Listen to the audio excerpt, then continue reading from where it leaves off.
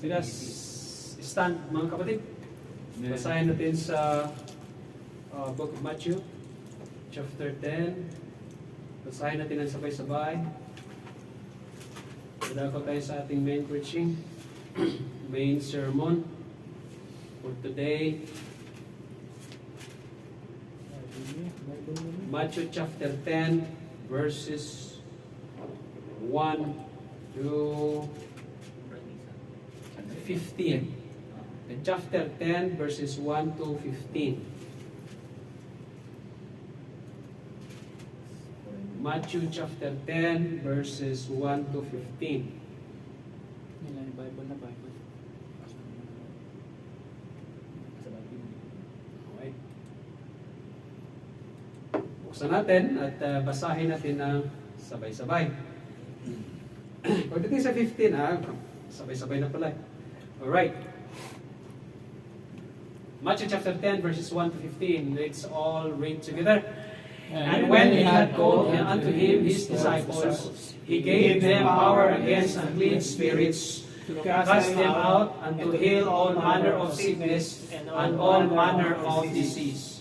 Now the names of the 12 apostles are these: the first, Simon, who is called Peter, and Andrew his brother, James the son of Zebedee, and John his brother, Philip and Bartholomew, Thomas and Matthew the publican, James the son of Alphaeus, and Lebbaeus, whose surname was Thaddeus, Simon the Canaanite, and Judas Iscariot, who also betrayed him.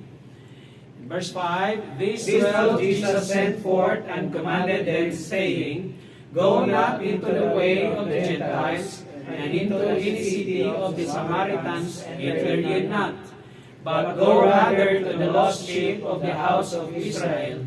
And as ye go, preach, saying, The kingdom of heaven is at hand.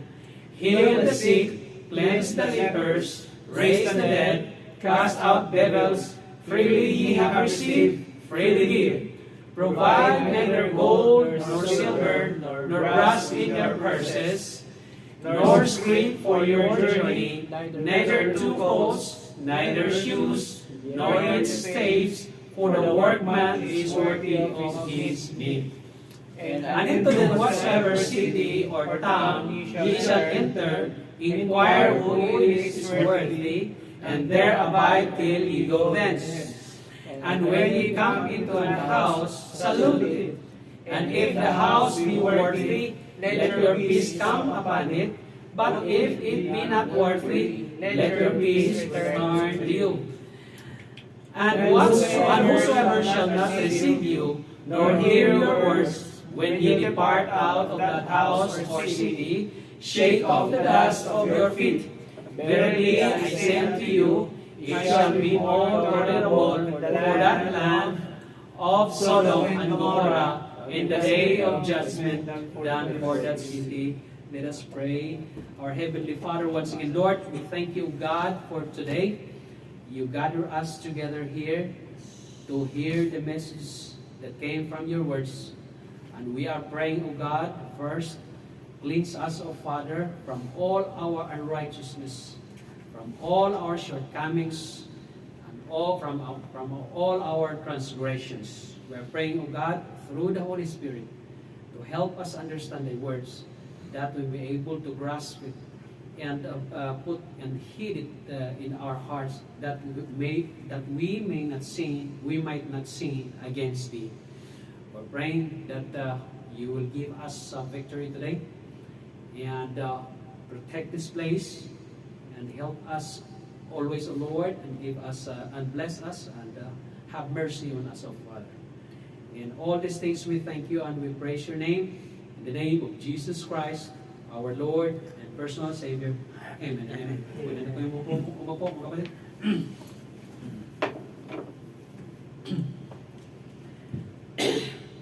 Matthew chapter 10, verses 1 to 15.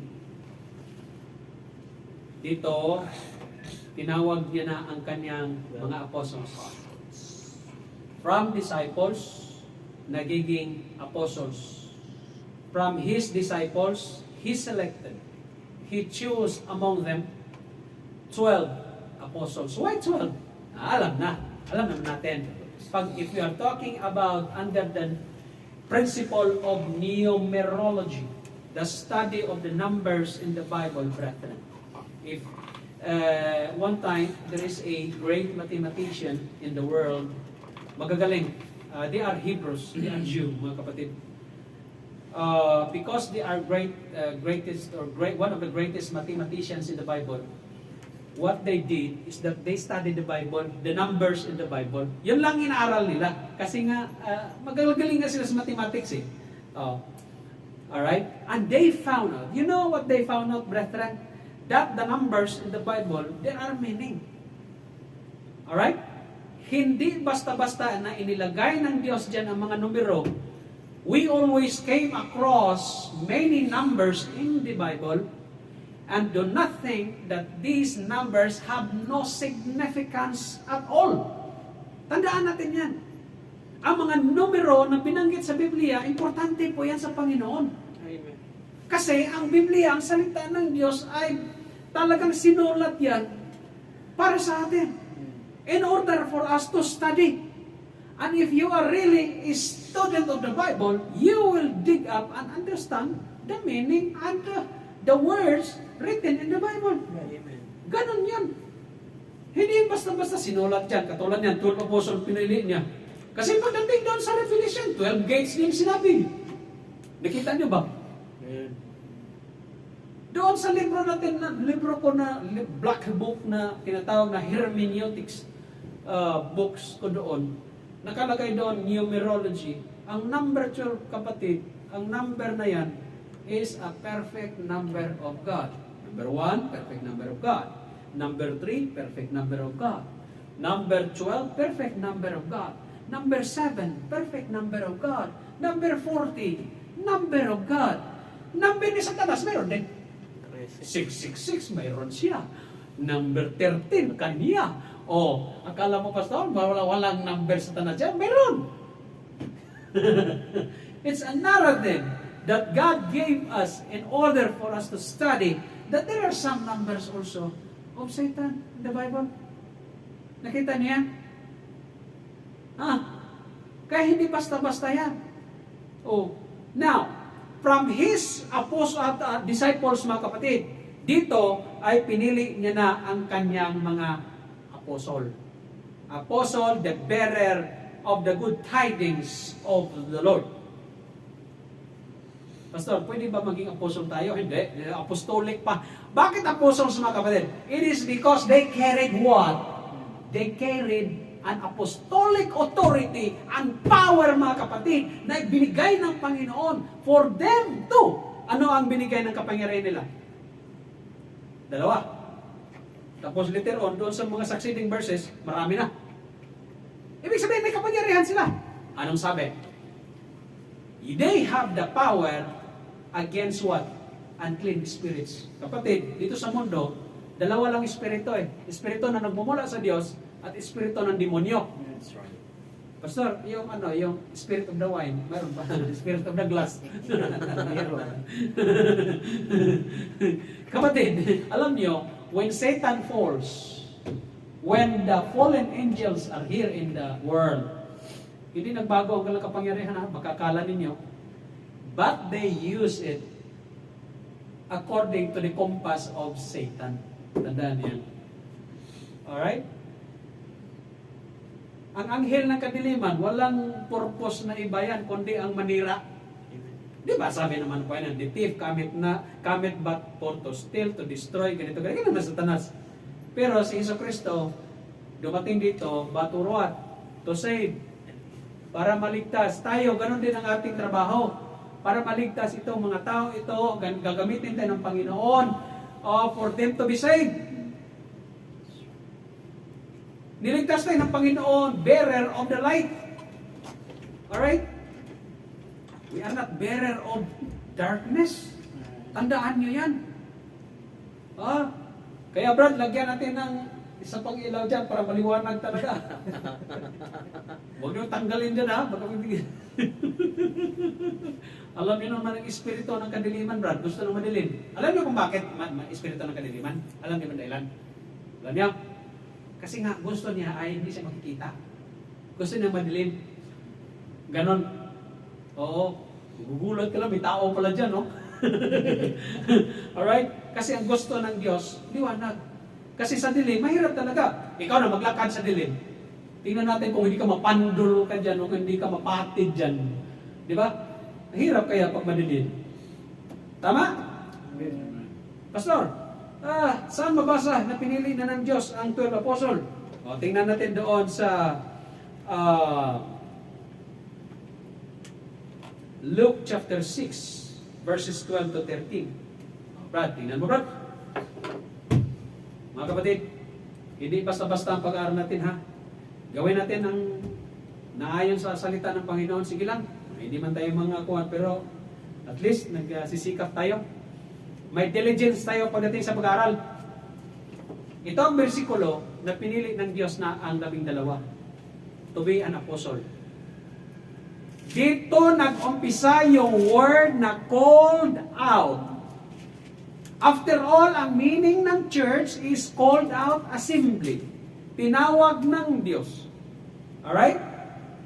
Under the doctrine of ecclesiology. Oh, grabe kayo ha. May mga pa-ecclesiology pa kayo. May soteriology na kayo. May eschatology pa. Okay. Under the doctrine of the church. Ecclesiology or the study of ecclesia or the church. Dito nagsimula na tinawag ng Diyos ang unang miyembro ng iglesia called the Church of Jerusalem. Alam niyo ba kung sinong pastor ng Jerusalem? Church of Jerusalem, sino? Si James. Yan. Huwag niyo kalimutan yun, ha? Baka inisip nyo, iba kasi magsalita, Peter eh. Si Peter, umalis. Umalis si Peter. Humayo si Peter. Okay? Si James nandoon. Bakit? Pastor, bakit si James ang pinili ng Diyos? Para maalagaan yung nanay niya. Nandoon. Amen? Amen mga kapatid? Huwag niyong kalimutan ha. Kasi baka pag napunta kayo sa ibang mga church, ibang mga Baptist church, baka mamaya aanga-anga kayo. Sabihin niyo na ilang taon kayo doon sa SBC Riyadh. 5 years, pastor. Wala ka natutunan? Ano yung ecclesiology? Ano yung soteriology? But, hindi ko alam yan. Pambihira. May pasabi-sabi pa ko ng isang pastor ko na nakasama ko doon sa Cebu eh. Pastor, pag itinuro mo yan, talagang graduate na sila sa Bible School. Tapos, matapos na dito, wala yung natutunan. Yung pastor ni doon, Pastor Ares, alam ko na, hindi pastor kasi yun eh. Ayan, baka ganon. Yan ang sinasabi natin. Baka maya, pag nainis ako, tuturo natin ito, love another one. Kasi we are carnal church. The church of Corinth. Yan, mahirap. Ha? Gusto niyo yun? The doctrine of the dragon. Brethren, tinawag na dito. Anong sabi ni Jesucristo dyan sa Luke chapter 6 verse 12? The word of God, it says, and it came to pass in those days that He went out into a mountain to pray, si Jesucristo, and continued all night in prayer to God. Kaya pag pumili na tayo ng magiging sunod na magiging leader ng church na ito, hindi pwede na hindi tayo manalangin. Jesus Christ is praying unto God the Father when He is about to choose His 12 apostles. Siguro sabi ng Panginoon, pambihira lang pagdating ng dulo, mayroon akong napiling isang Judas.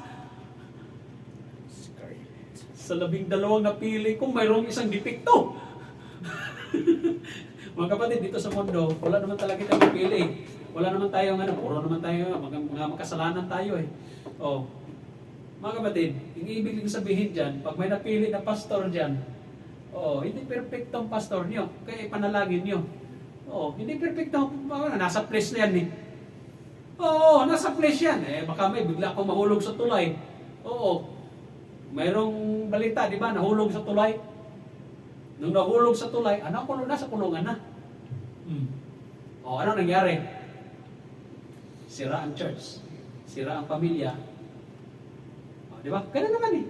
Ngayon, ikaw, kung pahina-hina ka sa imong panampalataya, sabihin mo talaga, alis na ako, hanap ako ng ibang church.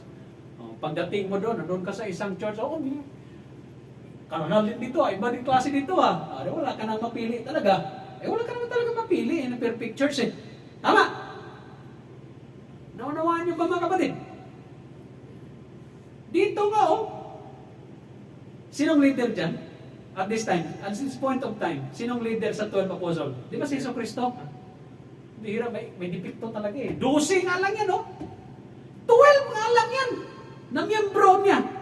And yet, why may isa talagang depekto dyan? May isang Judas talaga dyan. Lalo na pag mga miyembro mo, 100. Ilang Judas na yan dyan, Brad? Dami na, pastor. He went out into a mountain to pray and continued all night in prayer to God. And when it was day, nung umaga na at umaraw na, dito na ang Ecclesia. He called unto him his disciples. Yan ang purpose ng church. Yan ang meaning ng church. Ang church from the Greek word what? Tell me. Church from the Greek word, anong Greek word ng church? Kalimutan niya talaga no? Marang beses ko sinabi yan The Greek word of church is ecclesia. Ecclesia meaning called out. Called out for what? Called out for the purpose of what? They are commissioned to what? To preach the gospel. Yan ang meaning ng church. Ang church, iba yun doon sa ibang mga panulat na ang church ay Kuriakon. Pag Kuriakon lang, the Lord's. Ibig sabihin, saan ang simbahan nyo? The Lord's. Yung simbahan yan, building yan ng church. Pero dito, pag sinabi mong called out, Ecclesia doon sa Matthew chapter 18. Alright? Doon sa Matthew chapter 18 at sa verse 16. 6-0 ba ito? 16. Yan. Matthew chapter 6, doon mo na, atras mo na ba, Brad? 14, tingnan mo. Okay. 13. Sige pa, baba pa, Brad. Ay, mali. Matthew chapter 16, Brad. Verse 18.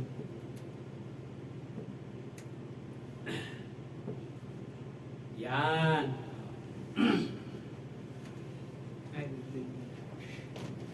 Dito, ang meaning ng church is what? Ecclesia in the Greek text. Bakit? Called out. Yan. Hindi yan Kuriakon in the Greek language. Sa ibang mga panulat ng mga church na binanggit, yung iba, pag mag-isip, Kuriakon, hindi naman Kuriakos yan. Ecclesia ang meaning yan sa Greek language. And I say also unto thee, that thou art Peter. Ikaw ay Peter. Ikaw ay what? Ikaw ay maliit na bato. Yan ang ibig sabihin. And upon this rock, Jesus Christ referring to himself, upon this Petra, okay, thou art Petros, and I am Petra, si Jesu Cristo, upon the foundation of Jesus Christ, the rock. Yan ang ibig sabihin. I will build my church. Itatayo ko ang aking iglesia. Bakit? Ang iglesia called out. Tama. And the gates of hell shall not prevail against it because, ang Diyos ang nag-create niyan. Ang church. Sino ang church? The saved and baptized believers. Amen? The saved and baptized believers. According to the correct doctrine. Pastor, yung mga binautismuhan dyan sa mga saksi ni Jehovah, ganito ganyan, bot lang. Anong klaseng believer yan? Di ba? Yun sa tamang doktrina. Naunawaan niyo ba mga kapatid? So, maunawaan natin na si Jesu Cristo, tinawag niya ang kanyang mga disipulo at pumili siya ng 12 apostol, bearing the apostolic power. Ang mahirap sa panahon ngayon, mga kapatid, mayroong magkunyari-kunyari mga apostol dyan. Nakita ninyo? Pag mayroong nagkiklaim na mga apostol sila, mga apostolic chapel or apostolic church, mga apostle daw sila, abay mga Pauls yun. Hindi naman nila tinawag ng Diyos to be an apostle eh. Sino man tumawag sa atin itong apostle? Wala naman ah. Tinawag tayo to be a saints.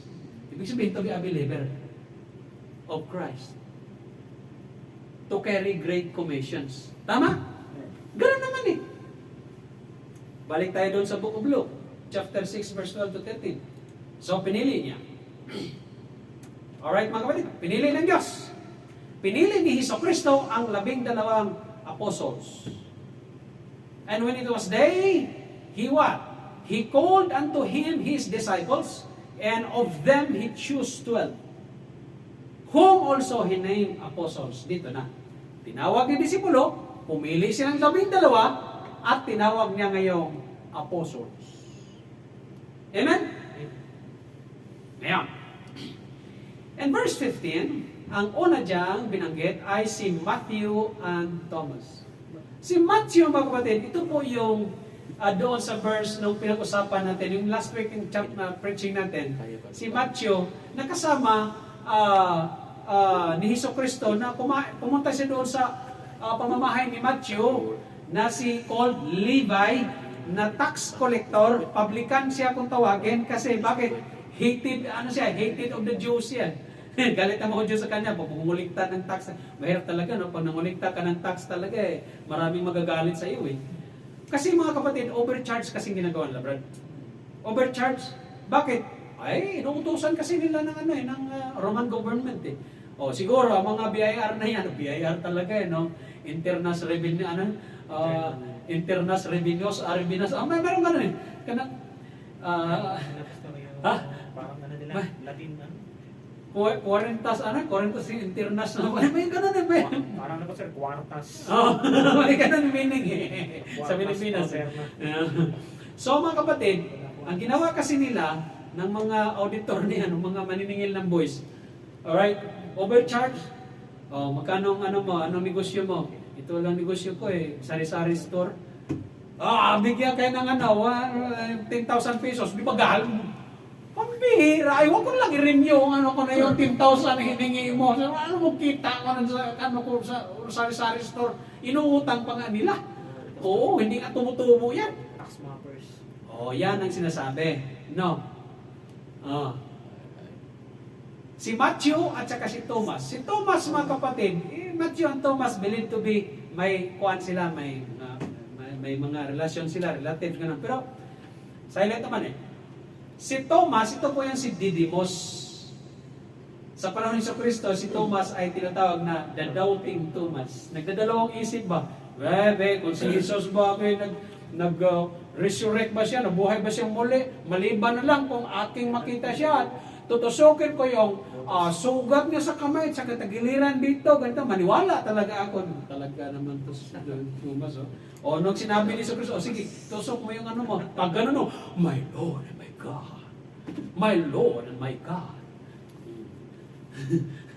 hindi makaligtas ang mga doon mga Iglesia ni Kristo. Paano? Bakit si Didymos, si Thomas tinawag ng Diyos si Jesus? Mas mataas makakakit Thomas?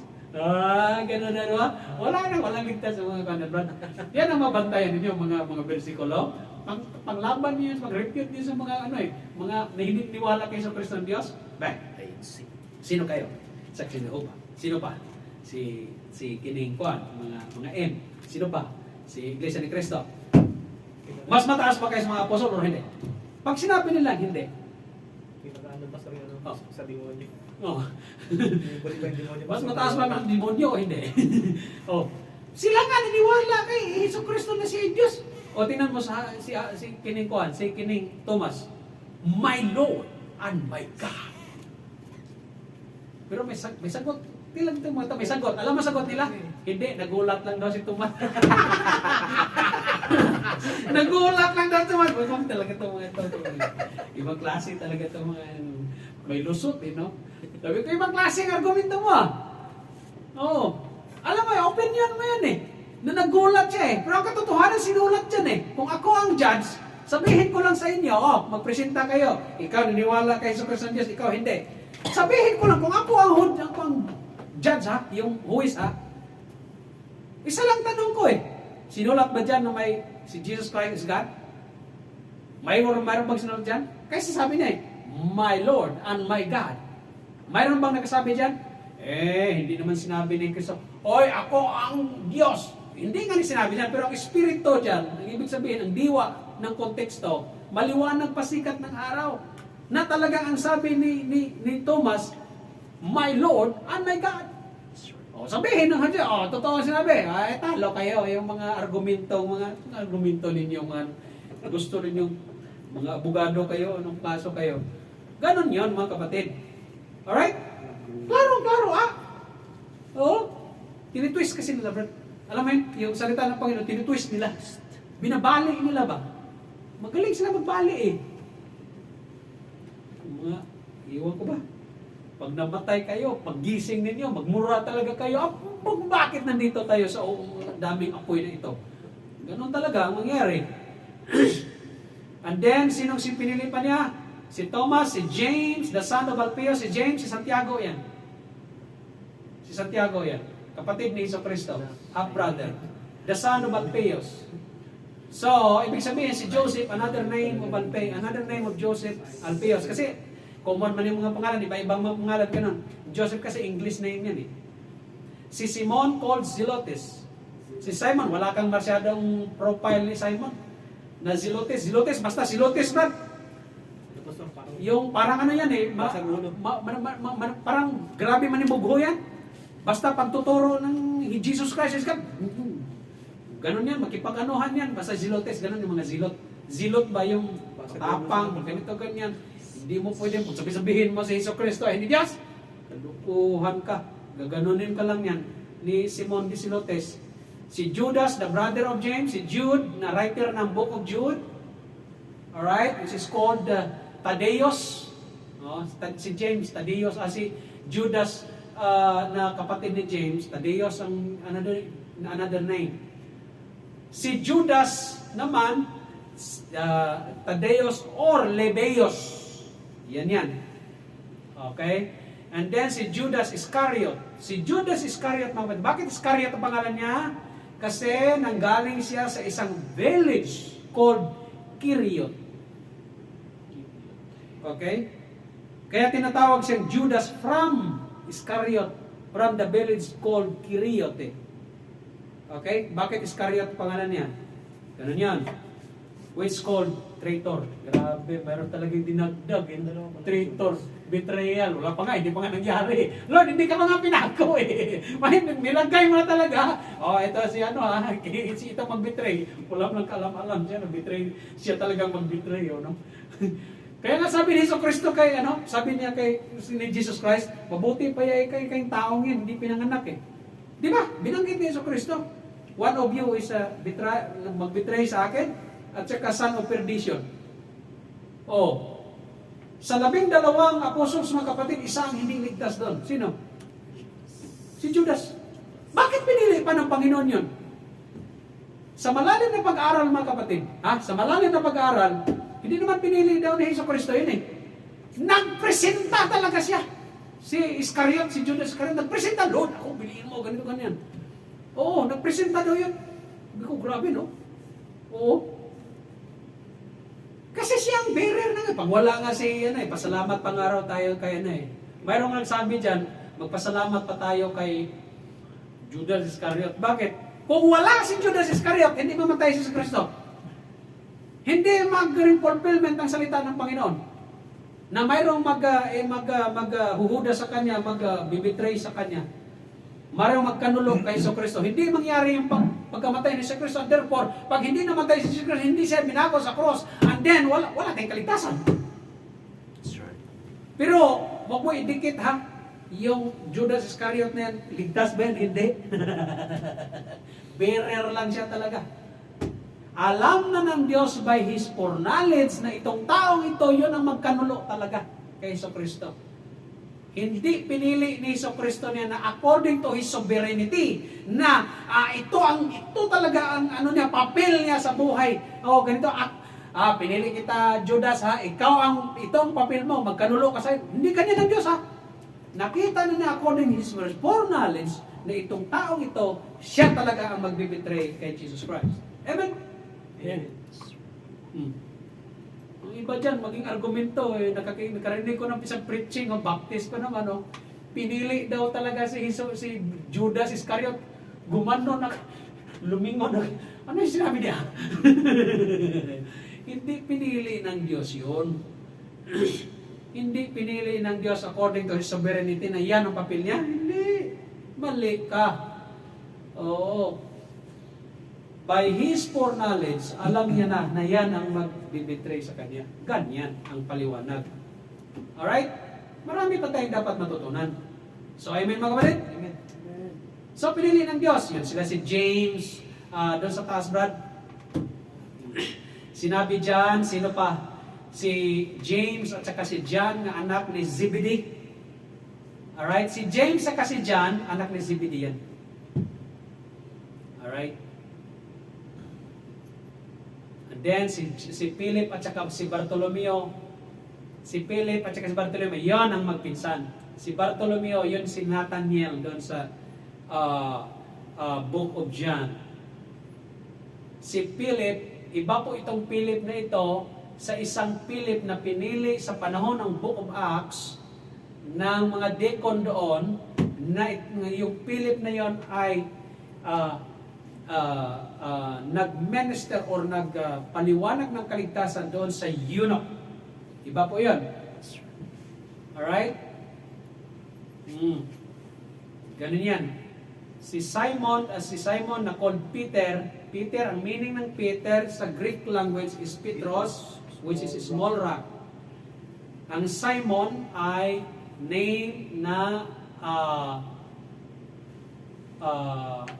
ang Simon name is a Greek, if not Hebrew, Greek. Basta ang Kiapas another name of Peter, di ba? Kiapas is Hebrew name. Baka na interchangeably pagkagamit ko. Basta, one of the meaning ng Simon at saka Kiapas, isa dyan ay Hebrew name, and the other one is Greek.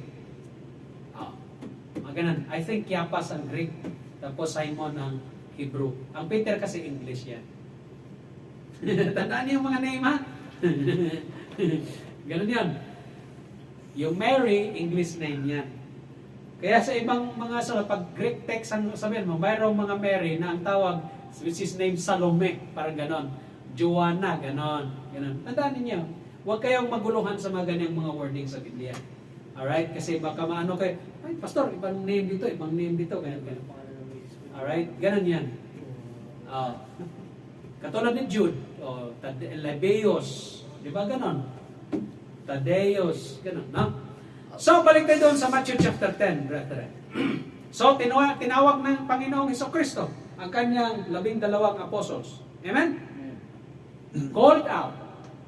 Under the doctrine of ecclesiology, called out meaning, tinawag for a specific purpose. Alright? Ganon yun.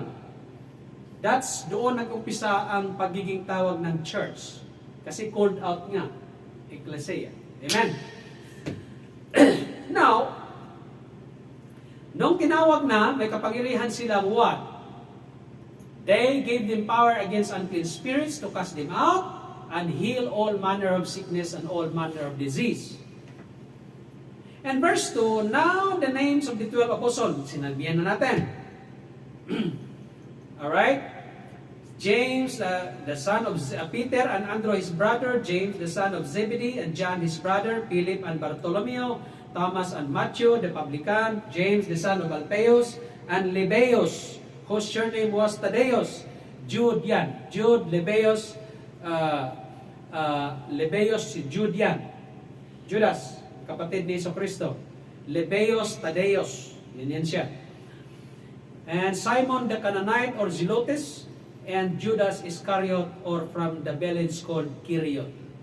Judas from the village of Kiriot, who also betrayed him. These 12, Jesus sent forth and commanded them, saying, anong sabi ng Panginoon? Brethren, ang sabi ng Panginoon, go not into the way of the Gentiles and into any city of the Samaritans, enter ye not. Ito ang inutos ng Panginoong Hesukristo sa kanila. Alright? Huwag kayong pumunta doon sa mga hintil, ha? Ibig sabihin, huwag kayong mag-preach doon sa hintil. Dahil ang hintil, may kapanahunan po yung time para dyan. At alam naman natin, who is the apostle to the Gentiles? Sino? Apostle Paul, the apostle to the Gentiles. Alright? Though mayroong mga ligtas na mga Gentiles sa panahon ni Kristo, but the main focal point, brethren, of the earth, of the ministry, the whole system of the ministry, mga kapatid, is that Apostle Paul is the apostle to the Gentiles. Amen ho ba? And then, ang sabi ni Kristo, huwag kayo pumunta ng Gentiles at saka sa Samaritan. Ang Samaritan, mga kapatid, ito po yung resulta or outcome sa nagkaroon ng intermarriage between the Jews and the Gentiles. Kaya mayroong Samaritan. Halo yan sila, kumbaga. Alright? But they called Samaritans. It is some mix, mikos-mikos kung tawagin, okay, of the Gentiles and the Jews. Now, ang inutos ng Panginoon, huwag kayo pumunta doon, but go to the lost sheep of Israel. Brethren, what does it mean when Jesus Christ said, the lost sheep of Israel? Brad, open the Bible in the book of Matthew chapter 18, verses 11 to 13. Now, ito. Hear and understand. For the Son of Man is come to save that which was lost. Sinong tinutukoy dyan? At that time, Israel. Yan. Okay, right? Kaya makikita mo, mga kapatid, si Jesucristo, primarily, He came for one purpose, to go to and preach the kingdom of God is at hand to Israelites. So He came for Israelites. Bakit? Ang disenyo ng Panginoon in the Old Testament, the Israelites is the bearer of the light to the Gentiles. Di ba? They are the ambassadors supposedly to the Gentiles and to the whole part of the earth. Pero ano nangyari sa kanila? They rejected the Messiah. They rejected the Lord Jesus Christ. Alam naman natin yan. And Lord, therefore, doon sa book of Acts ay we turn to the Gentiles at ang mga hintil ay nakinabang doon. Tama mo ba? Kaya sila ang magsasuffer pagdating sa tribulation ngayon. Nakita niyo ba, kapatid? Amen. Ang disenyo ng Diyos, sila magiging bearers of the light. Kaya, ang sabi dyan, mga kapatid, how think ye? Anong iniisip niyo? Sabi ni Jesus Christ, if a man have 100 sheep, kasi ang audience niya, mga kapatid, ang mga Parisios, Sadducees, ganito na, mga Hudyo, the council, the son, ganon ang audience niya, kapatid. And yet, nireject si Jesucristo at talagang hindi sila naniwala kay Jesucristo. At ang ginawa nila, pumupuna pa, pinunan nila si Jesucristo. Di ba? Kaya ang sagot tuloy ni Jesucristo, if a man have 100 sheep, and one of them began astray, doth he not leave the 99 and go it into the mountains? Amen. And seek it that which is gone astray? That is called the lost sheep. Kasi itong 99, they are the representation of the Pharisees and the Sadducees, the Jews that who are self-righteous and doesn't believe the Lord Jesus Christ. They just believe na the law of Moses, ito ang kaligtasan. We are the children of Abraham, ganito, ganyan. Oh. And then si Jesucristo ay mabuti pa ika, doon lang ko hanapin yung isa. Sino yung isa dyan? Ito po yung tao na handang mananampalataya kay Jesucristo. Tama ho ba? Now, Pastor, paano may apply sa panahon natin ngayon? Na simple lang, God? Yung mga 99 na yan, kung ayaw lang maniwala, yun yung 99. Kung sino yung mga tao pinagpipritsan mo ng kaligtasan at ayaw nang maniwala, ayun, katulad sila ng 99. Pero yung isang tao na handang tumanggap kay Jesucristo, Yan ang lost sheep. Very simple. And very simple understanding. Huwag nyo nang pahirapan pa. Tama ho ba? Dahil we are like a sheep going astray doon sa Isaiah 53. Alam naman natin yan eh. Di ba? Isaiah chapter 53 ba? Isaiah 53. Doon sa verse 7. Tingnan natin.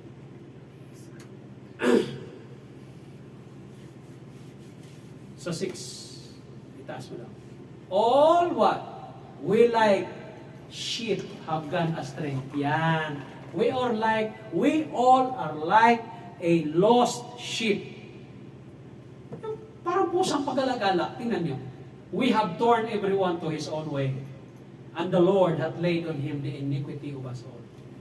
It is a perfect picture that the lost sheep taken by God went to the mountains at hinanap niya yung isa, lost sheep, and carry again, and then makikita mo ang paano nag-rejoice, mga kapatid, ang Diyos at ang kalangitan. Amen? Over one sinner who had repented. Tama? Amen, mga kapatid? Balik tayo doon sa Matthew. Matatapos na tayo. So, mga kapatid, naunawaan natin, who is that lost sheep? Alright?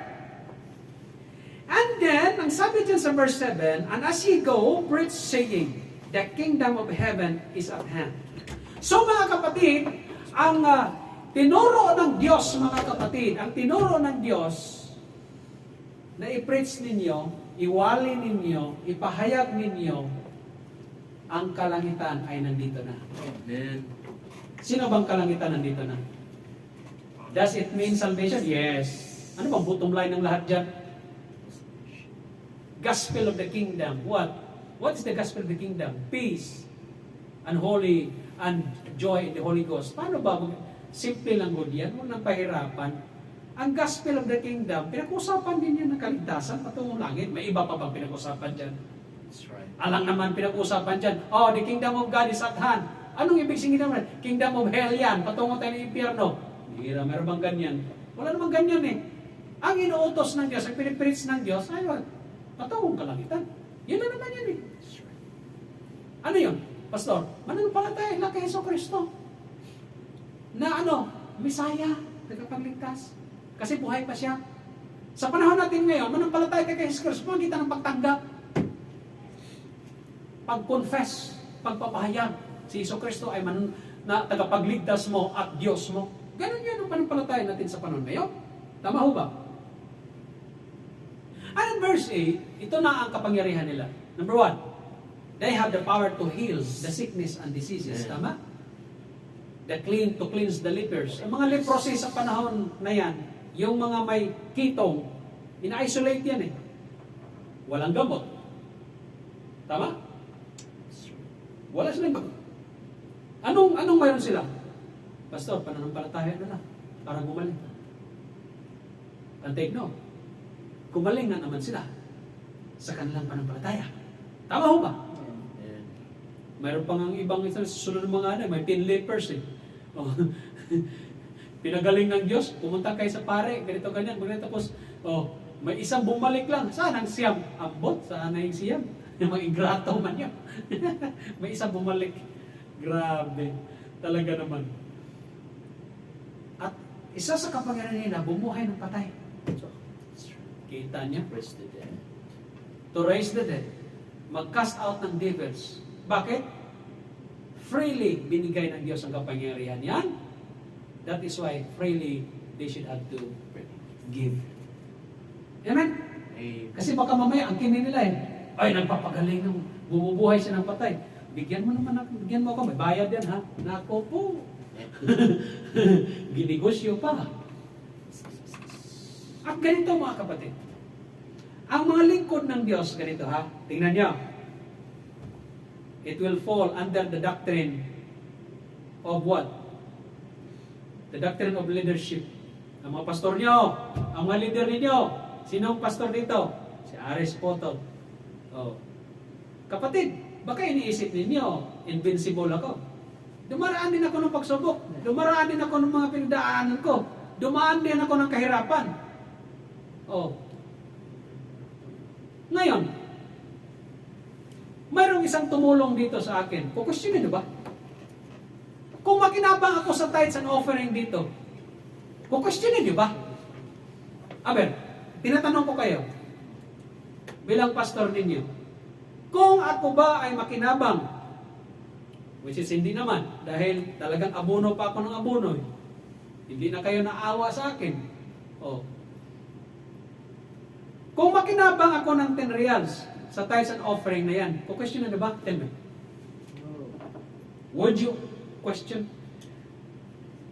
Katulad ba kaya ni Romaldes na patawag sa anong kaharap ni Congressman Akop, ni Congressman na para daw si Po, para daw si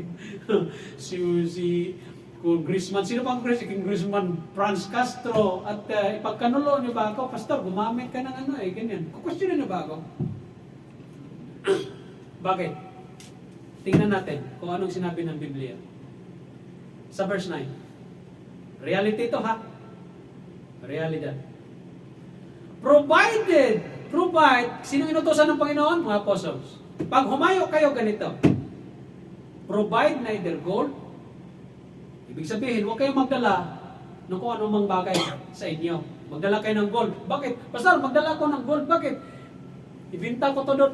Bakit? Anong mangyari sa ano? Gagawin mo? Magutom ako doon. Mas mahirap, mas maganda na yung mayroon akong pangkain doon eh. Pangbili naman lang ng kape, Pastor. Ganito, ganyan. Pangbili ng kamote or balanghoy. Ganito, ganyan. Ganun bang sabihin ko? Provide neither gold, huwag ka magdala. Silver, huwag ka rin magdala ng pilak. Ng brass.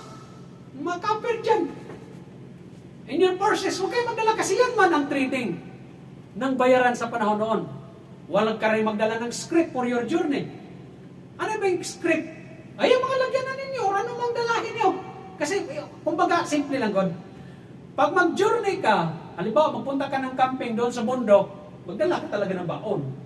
Dala ka ng ganito, ganyan, may palista-lista pa yan. O ganito, ganyan, nadalhin mo, ganito, ganyan. Hala, dalhin mo. Okay, bakit? Siyempre, wala kang mabilhan doon, ganun na ang camping. O ito, kung hahayo ka, ang sabi ng Diyos, huwag kang magdala niyan. Huwag ka nalang magdala ng coats. Pastor, pagtaglamig ka. Huwag ka lang magdala ng sapatos. Pambira, magdala ko ng boots. Hindi, basta pumunta ka na lang. Ganito ka, ibig sabihin, kung anong mayroon ka, yun na lang pumunta ka doon. Sagabal ka pa, dala-dala ka pa ng bag. Bag mo pa naman, Louis Vuitton. Pero hindi naman original. Plus A lang naman. Ibinigay kay Kuan.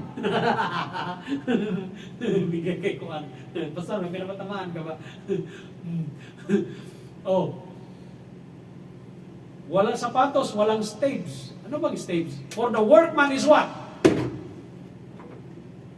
Is worthy of his meat. Kapatid, pag makinabang ako dyan sa tithes and offering na yan, pag question nyo, question ng Panginoon. Alright?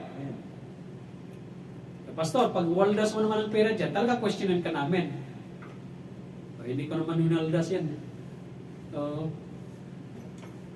Kung may pagwawaldas pa, hindi talaga ako mag-abono ng pagkain natin.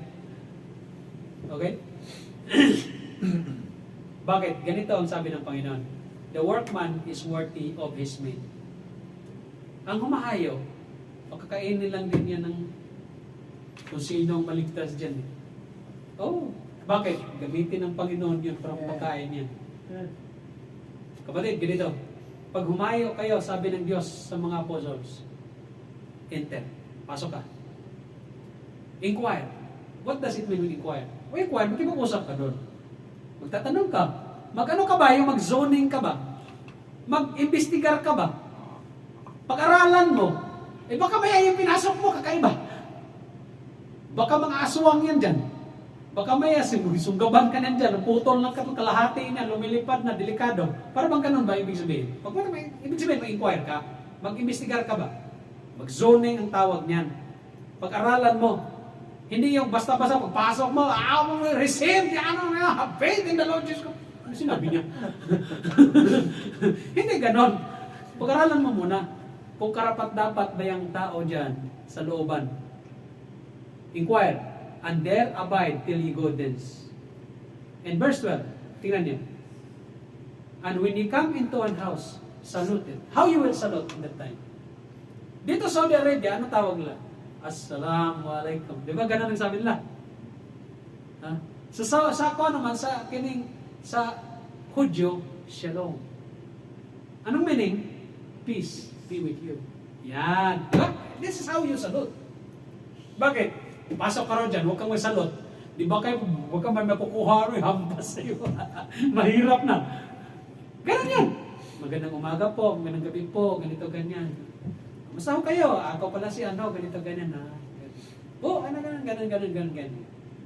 And whosoever shall not receive you, and if the house be worthy, kung karapat-dapat yung bahay na yan, na magbitaw ka ng salita ng Panginoon, mabuti. Kasi baka mamaya, papasok ka, alam, apostol ka, pasok ka doon, uy, ganda dito ah. Ano, pastor, magandang ilaw, bro. Patay sindi. Oo. Pasok tayo dyan dyan tayo magsalot. Dyan tayo mag-inquire. Pagpasok mo ngayon, mga hita nang iharap mo dyan, o di, anong mangyari sa'yo? Madeceive ka pa. You will love another one. O, yun ang mahirap dyan. Yan ang ibig. Yan kahalaga kung paano pagpasok ka sa pamamahay. Tingnan ninyo. If the house be worthy, kung karapat-dapat, let your peace come upon it. Yan, umpisahan mo. Ang pagbalita ng magandang balita ng kaligtasan. Kung yan may karapat-dapat. Pero pag hindi, ibig sabihin mga kapatid, may mga lugar talagang karapat-dapat na magpahayag ka. Mayroon din mga lugar na hindi karapat-dapat. Di ba may sinabi ang Panginoon? Huwag mo mag-iingat ka, baka may binigay mo yung salita ng Panginoon doon sa mga dogs, doon sa mga baboy na yan. Walo yan, balikan ka niyan. Di ba sinabi niya yan? Tama? Naintindihan niyo? So ngayon, kung worthy yung bahay na yan, let your peace come upon it. Pag hindi naman worthy, ay babalik lang din sa'yo. Umuwi na kayo. Okay? Ganon. And whosoever, ito yung dito pag-aralan natin yung strategy pagdating sa misyon. Alright? And verse 14, and whosoever shall not receive you, kita mo yan, ito na ang pagsusulit. Sinong hindi tumanggap sa inyo at sa salita ng Panginoon? Sige lang, umalis kayo. Umalis kayo sa bahay na yan. Sa syudad na yan, sa komunidad na yan, umalis kayo. Huwag na kayo makipag-away. Kasi mahirap na, makipag-away pa kayo, baka ikulong kayo. Huwag na. Ito ang palatandaan niyo sa kanila. Shake off the dust. Shake off the dust meaning, parang igiik mo yung paa mo ba? Ipagpag mo ang iyong paa. Diyan sa buhangin na yan, sa alabok na yan, sa putik na yan, ganito na yan. Ang paa ninyo. Ano yun, pastor? Grabe man, curse ba yan, pastor? Tanda po yan na yung mga yan ay talagang nireject nila ang Diyos. Gagawin ba natin pa naman yan? Huwag naman, Gentiles tayo eh. Yan naman ang kaharap ni Iso Cristo dyan, mga ano dyan, mga Israelites eh. Kasi nga, ang Israelites ay matigas ang puso. Ang mga Gentiles, kung may mga Gentiles na, hindi na kailangan gawin yan. Sa atin, hindi na kailangan gawin yan. Shake off the dust ka pa. Ginaya mo pa yung mga puso. Mga Hudyo yun eh.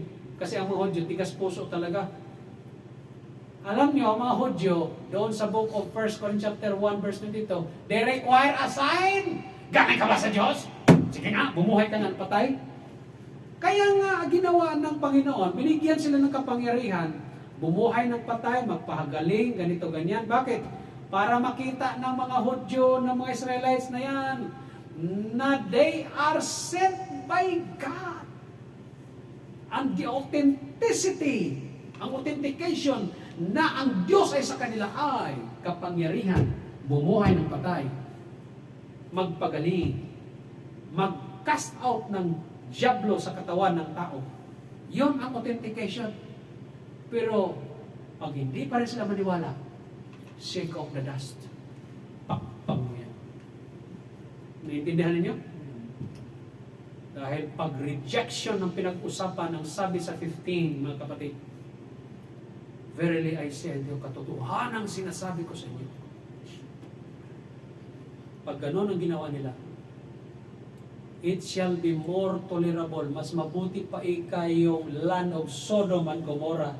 Dahil ang Sodom and Gomorrah, given na hindi sila tatanggap sila, hindi sila niwala kay Kristo. Wala talagang pananalig because they are Gentiles and they are the sons and the children of Canaan. At alam naman ng Diyos na galit ang Diyos niyan sa mga taong yun. In fact, talagang ginunaw ng Diyos ang Sodom and Gomorrah. And look at these children of the kingdom. Itong mga Israelites na ito, anak ko ito, pinili ko ito, to be the chosen people of God. Tapos hindi sila manampalataya kay Kristo. Kaya ang sabi ko ng Panginoon dyan, mas mabuti pa, mas kaya-kaya pa yung Sodom and Gomorrah in the day of judgment. Grabe yung panumbat na. So, matinding panunumbat ng Diyos yan. Kasi ang mga Israelites ba, doon sa Deuteronomy chapter 7, pinili ng Diyos yan eh. Pinili ng Diyos yung mga yan. They are the chosen people of God. Sometimes they are proud to be the chosen people of God. Nakalimutan na lang magpakumbaba. Oh, chosen people man sila. Grabe good ang pagpili ng Diyos sa kanila. At hindi sila maniwala kay Kristo. Mabuti pa yung Sodom and Gomorrah. Pero hindi, baka nang maguluhan kayo ba, Sodom and Gomorrah, maligtas ha? Hindi ha? Huwag niyo idikit doon ng kaligtasan. Ay talagang ginuno naman talaga ng Panginoon Sodom. Ehemplo naman, it is a figurative speech na ang Panginoon, He is trying to drive, mga kapatid. He is trying to make an emphasis, mga kapatid. In-emphasize talaga niya na kayong mga Hudyo dapat manampalataya kay Kristo. Tama ho ba? Pagdating sa judgment, grabe ang pagsusulit. God chooses His apostles to be the bearer of the lights for salvation. At ano ang salvation, mga kapatid? Alam naman. Sa panahon natin ngayon, ang salvation very simple.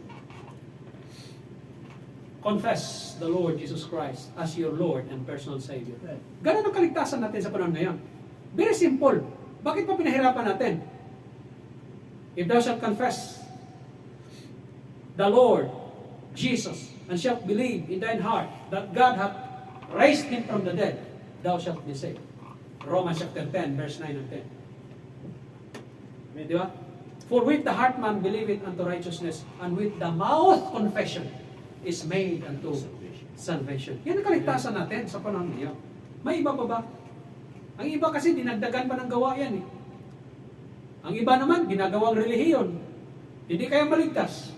Not unless, pag sumali kayo sa relihiyon namin. Kaninong relihiyon? Ang Iglesia ni Cristo, pambihira. Ang kaligtasan po, hindi sa relihiyon na, hindi rin sa gawa. Tandaan yan. Maliwanag yan. Ang kaligtasan, kay Jesus Christ lamang.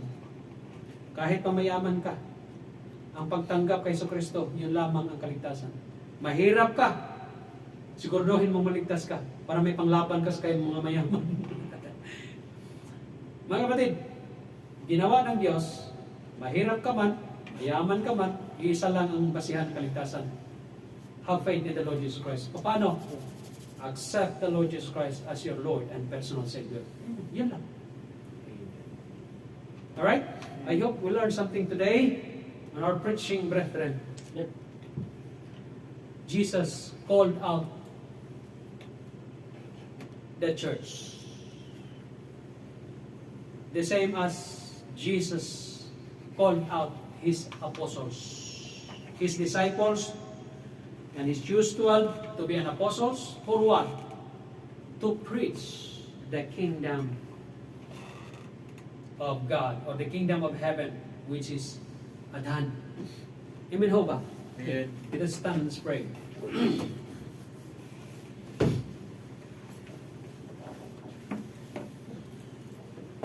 Our Heavenly Father, once again, Lord, we thank you, God, for this day. Salamat, Panginoon, sa iyong salita. You choose the disciples. Among them, you choose 12 to be an apostles, to preach the kingdom of heaven, is at hand. Sa panahon namin, Panginoon, you choose us to be the bearer of salvation to others. You choose us that the others might be saved through faith in the Lord Jesus Christ. Panginoon, ang church na ito, tulungan niyo po. As we carry this ministry, O Lord, the commissions, Panginoon, in Matthew chapter 28, verses 18 to 20. Go ye therefore and teach all nations, baptizing them in the name of the Son, in the name of the Father, and the Son, the Holy Ghost, teaching them to observe all things whatsoever I have commanded you, and lo, I am with you always, even unto the end of the world. Panginoon, this is the works of the church. Panginoon, bigyan niyo po kami ng kaluluwa, Panginoon ako, na maging kasama namin sa inyong sa aming paglilingkod. As we are waiting for thy second coming. Panginoon, gabayan niyo po bawat isa, tulungan niyo po kami. Pagpalain niyo po ang church nito, mga pamilya namin, ingatan niyo po. We are praying also for the food na pag-salusaluhan namin. Pagpalain niyo po, God. Alinisin niyo po, Panginoon, magbigay sa amin ng kalakasan ng pasikat. We are praying for others to be with us again, mga kapatiran, and we are praying for the visitors to come in the next Friday. We are praying for this church. Ingatan niyo po ang church nito, God. Sawayin niyo mga tao, Panginoon, na sisira dito. Huwag niyo hayaan. God. Bigyan niyo po namin pag-iingat sa paghatid ng mga kapatiran today. Iwas niyo po kami sa anumang kapangkas. In all these things, we thank you and praise your name in the name of Jesus Christ, the Son of the living God, our Lord and personal Savior, the Lord Jesus Christ. Amen and amen.